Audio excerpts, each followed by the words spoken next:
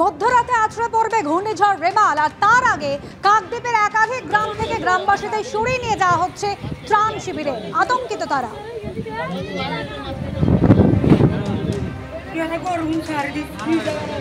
শিওরে আবার দুর্যোগ, এবারে ঘূর্ণিঝড় রেমাল আছড়ে পড়বে আজ মধ্যরাতে। অনেকটা আতঙ্কিত আছি, আপনারা আমাদের সাহায্য করবেন। আপনাদের থেকে এইটুকুই চাই। আমরা অনেকটা ঝড়ে আগেও পড়েছি, সেই ভয়টা এখন আমাদের মনের মধ্যে আছে। এই সারা রাত একটু ঘুমাইনি, রাত 3টা থেকে না খায় না দায়, ছেলে মেয়েকে নি আপনাদের অপেক্ষায় আমরা বসে আছি কখন গাড়ি আসবে। এখানে আমরা দেখতে পাচ্ছি একজন অসুস্থ রোগী, তাকে নিরাপদ আশ্রয়ে সরিয়ে নিয়ে যাওয়া হচ্ছে। আমরা দেখলাম দুটি গ্রাম থেকে, একদম পুরো একটা মুড়িগঙ্গা নদীর তীরে এই দুটি গ্রাম, সেখান থেকে সমস্ত মানুষ এবং কম বয়সী বয়স্করা সব সমেত তাদের নিত্য প্রয়োজনীয় এবং দরকারি যে জিনিসপত্র সেইগুলো নিয়েই এখন ফ্ল্যাট শেল্টারে তুলে নিয়ে যাওয়া হচ্ছে। আমাদের এই এটা তো অনেক ভয়, বিশাল ভয়। সকাল থেকে কোনো দিকে যেতে পারছি না, আসতে পারছি না।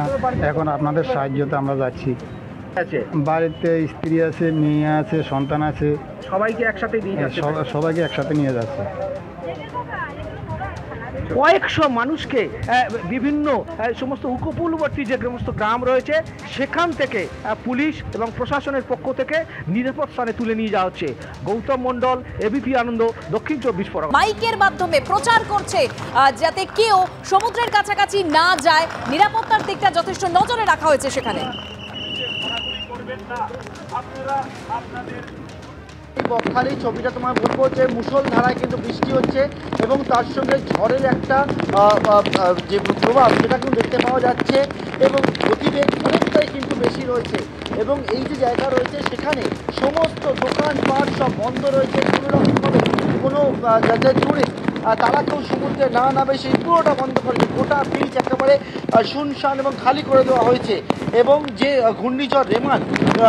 ঘূর্ণিঝড় রেমালের যে দাপট, সেই দাপট কিন্তু ইতিমধ্যে এখানে লক্ষ্য করা যাচ্ছে এবং আমার সহকর্মী দীপ্তেন্দু যে ছবি তুলে ধরছে এবং এই মুহূর্তে দেখাবো যে পুলিশের তরফ থেকে একেবারে সেখানে কেউ যাতে সমুদ্রে না নামেন তার জন্য কিন্তু মাইকের মাধ্যমে প্রচার করা হচ্ছে।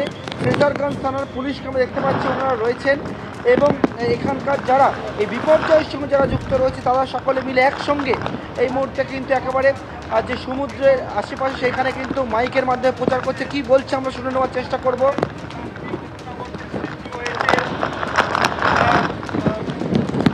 যে কোনো মুহূর্তে আছড়ে পড়তে পারে, তাই বকখালিতে আগত সমস্ত পর্যটকদের উদ্দেশ্যে জানানো যায় যে আপনারা আপনাদের নিকটবর্তী স্থানে ফিরে যাবেন, কেউ সি বিচের সাইডে ঘোরাঘুরি করবেন না।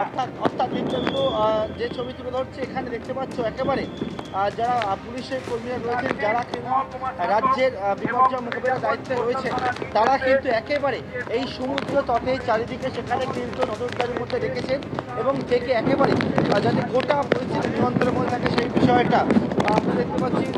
যে হাওয়ার দাপটটা কিন্তু একেবারে যে প্রভাব সেটা কিন্তু ইতিমধ্যেই লক্ষ্য করা যাচ্ছে। ফ্রেজারগঞ্জ থানার যিনি অফিসার রয়েছে কথা বলে নেব।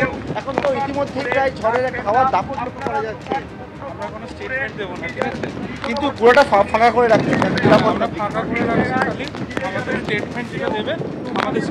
একেবারে। অর্থাৎ নিরাপত্তার দিকটা যাতে জোরদার আটোসাটো করা যায় তার জন্য কিন্তু সেই জায়গা সেই বিচ এই মুহূর্তে সম্পূর্ণভাবে খালি করা হচ্ছে, কেউ যাতে কোনো রকমভাবে না নামে সেই দিকে দেখা হচ্ছে। অর্থাৎ বুঝতে পারছো যে এই মুহূর্তে বৃষ্টি এবং তার সঙ্গে ঝড়ের যে একটা দাপট সেটা কিন্তু লক্ষ্য করা যাচ্ছে বকখালিতে।